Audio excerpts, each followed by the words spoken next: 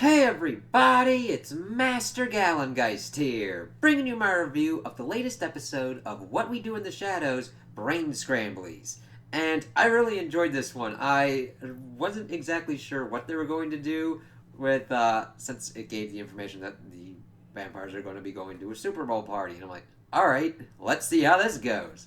So, we begin the episode, and they're like, oh yeah, we've been invited to this superb owl party, and they're really excited because they think it's like the head owl. They like owls because they're nocturnal, they're predators, and they shit wherever they please. And they're all really excited. Colin is just like, I tried explaining it to him, and then I gave up because fuck it, let's just kind of just see how it happens with this. And I don't blame him for it because they're just like, all right, and they're just gung ho for it. They even Laszlo's carrying a little sign that he's made for the owl. I'm like, okay, let's kind of figure out where this is going to go. And while they're doing that, Guillermo is set off to get virgins for him after the party. And then it kind of goes into the two concurrent storylines. So let's go into the Super Bowl party first. Of course, they get over to their friend Sean's house, and he invites them in. It's like, yeah, that kind of counts, because he does it in this weird kind of way.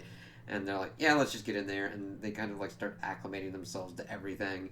Laszlo and Nandor and Nadja and Colin are first in the room, but of course Colin is already pretty much gone into energy vampire mode. Like the minute he gets in, Sean and his wife are going at it, and he just freaking goes into the mode. You see his eyes go back, his mouth's open, like he's like, oh yeah, this is gonna be good. So he's pretty much just going through the whole party, mucking with everybody, talking about like the minutia of football and everything, how the TV needs to be set and all that. And this one dude is just like, you can see him like steadily declining throughout the episode until we get to the end where they're ready to leave the party. He's like, yeah, I think I ever did it with this dude. He pissed himself. And it's like, holy shit. But Colin really was able to get a good meal out of that house because there were two other guys there. And of course, their wives pretty much went to the wives' room. So Colin was able to bore the unrelenting shit out of them. And he's, yeah, I'm kind of good. Whereas, of course, Lasso and Andor are more interested in like an owl. They thought the football was an egg. I'm just like, okay. It's really interesting because I like seeing these kind of things where it's like, okay, you're a vampire. Do you know about football? Nope. Okay, especially when you're a really old one. And it's like, all right, they have no concept of this. They think that thing's an egg and that it's a superb owl party. All right, let's see how this goes. And of course, Sean is talking about how he's never seen any of them out in the daytime and makes a crack that they're vampires. And of course, this freaks out Laszlo, and Nandor are like, oh god, oh god, oh god, oh god, oh god. And he's like, we gotta kill him. Nandor goes, we gotta kill him. And Laszlo, we can't fucking do that because you made us promise that we weren't gonna kill anybody, and if we whacked him, we have to whack everybody and be a fucking bloodbath. And they're just like, okay, alright, new plan, double hypnosis. Alright. So they pretty much get Sean to do the tour, and he pretty much takes him to his place that he's got Ocean's 12 memorabilia. I'm just like, okay, I don't mind the Ocean's movies. 12 really isn't my favorite. And I'm like, this dude's dedicated a whole wall with like memorabilia and stuff. I was like, alright. So they pretty much are like, you know we're vampires. And I was like, I was just kind of fucking with you guys. I was just joking. And of course, they start levitating and shit. He's like, oh, you guys doing that with wires? It's like, oh shit, you're actually vampires. And it's like, oh shit, do we still have to hypnotize him? Yeah, because he now knows that you're actually fucking vampires. And of course, they go and they do it, but they fucking fry his brain. And it's really kind of interesting because they're thinking, is he alright?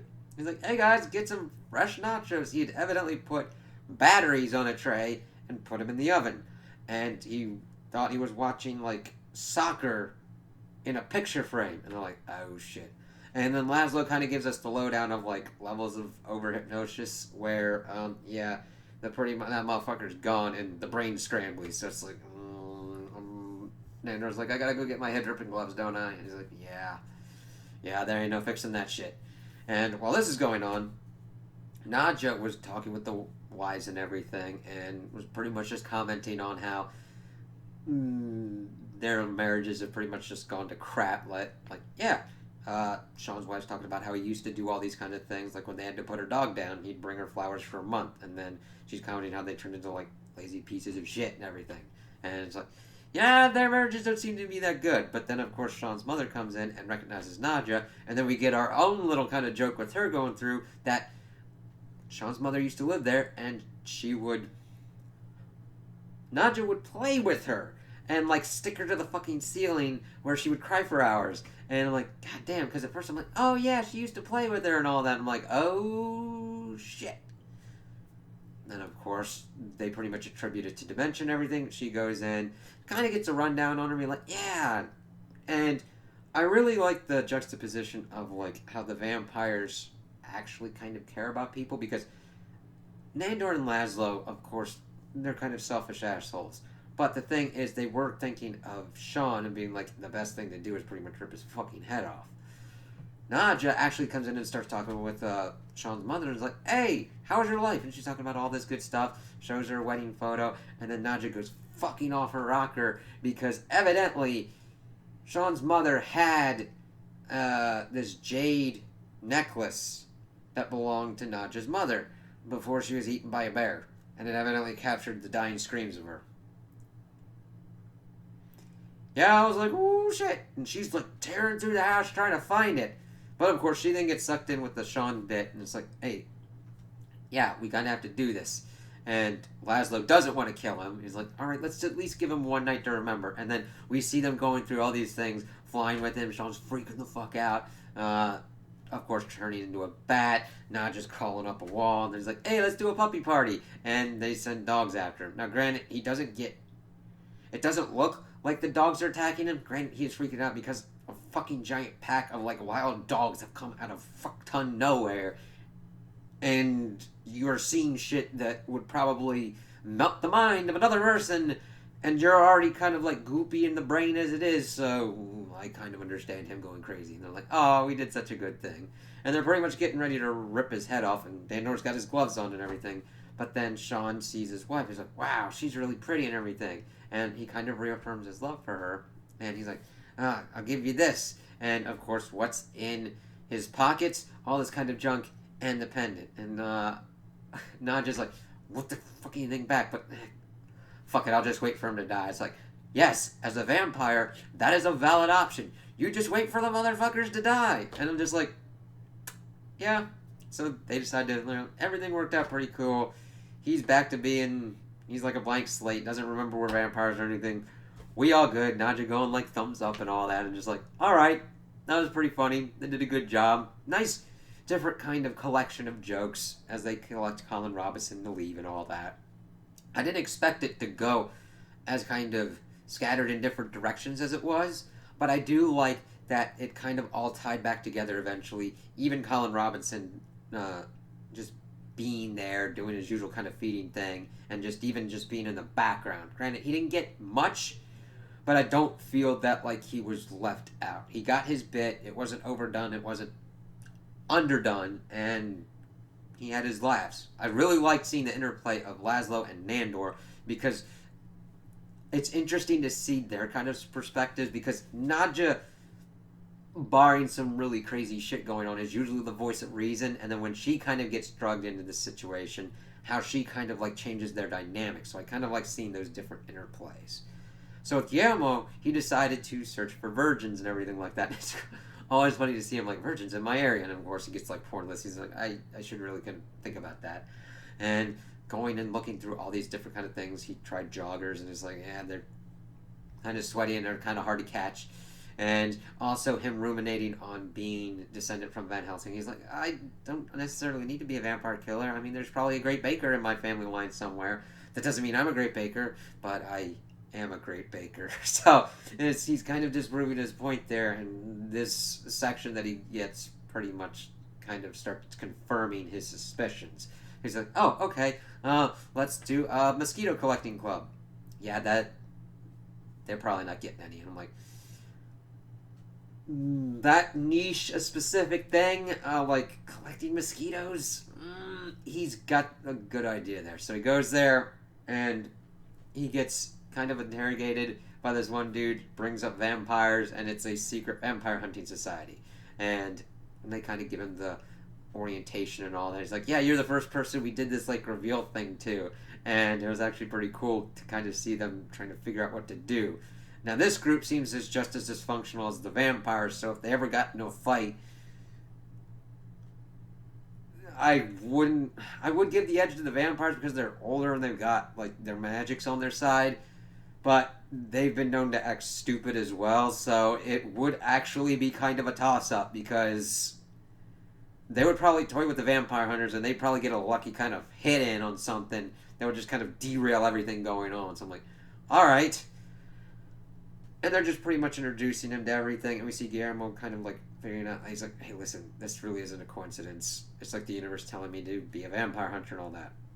They're bringing up all this stuff that they know about vampires and then the familiars and all that, and Guillermo's like, I've been tuning out all this stuff of like murdering people and hurting people because Jenna, who was the one college student that was turned into a vampire by Nadja, her roommate's there, and she was talking about all that stuff going through, and seeing that brought to Guillermo's face really kind of starts hammering it home, and he gets really uncomfortable, wants to leave, and he's able to leave, but not before they're like, hey, we were just about to start a crossbow practice and everything, and he's given a crossbow and headshots all three dummies. It's like, yeah, you're a vampire hunter. Like, even if he didn't, he could be put in a room with a spork and 30 vampires, and by every conceivable accident, murder them all with no effort whatsoever. I think it's kind of hilarious for that to be the case, because, granted, I'm thinking, oh, you kind of want somebody to be able to work on that. I just think that the universe, he wants to be a familiar, he wants to be a vampire, but yet the universe is saying, dude, you got the touch, man. You got the power. You gonna be a vampire hunter kind of dude. Because he's like, I don't want to necessarily murder vampires, and he's just racking up this giant fucking vampire kill list. And it's really kind of cool seeing him kind of grapple with that, and him talking about even like switching off emotions and feelings because of all the stuff that he deals with Nandor, Nadja, and Laszlo. How they treat him and everything, and how he has to try and find all these people, and he's essentially leading them into their deaths, and what that effect has on him. And I want to see how that kind of works out, because even though it's played for comedic effect and I like the comedy from it, it's going to be interesting to see how this kind of turns out if there comes to a story point head where Guillermo snaps and pretty much goes against them and has to fight them, and how that's going to turn out. And I'm like, that's really kind of cool, because I really like seeing him grapple with this and seeing what Nandor would do in that kind of situation, because he really does take Guillermo for granted. He does do some nice things for him, but he just is like, you're my familiar, you do what I ask. Rah! So I really enjoyed this episode. I liked all the different kind of jokes that they did. I thought it would kind of feel scattered approached, but I was highly entertained throughout all the different kind of jokes that they did, and how they interweaved them together, especially in the A storyline. And I really liked how Guillermo's B storyline worked out and kind of got us some plot development as well. So those are my opinions on the episode. Tell me what you guys think in the comments below. If you liked it, if you didn't like it, if you agree with me, if you disagree with me. Also like and subscribe, and I hope you have a good day.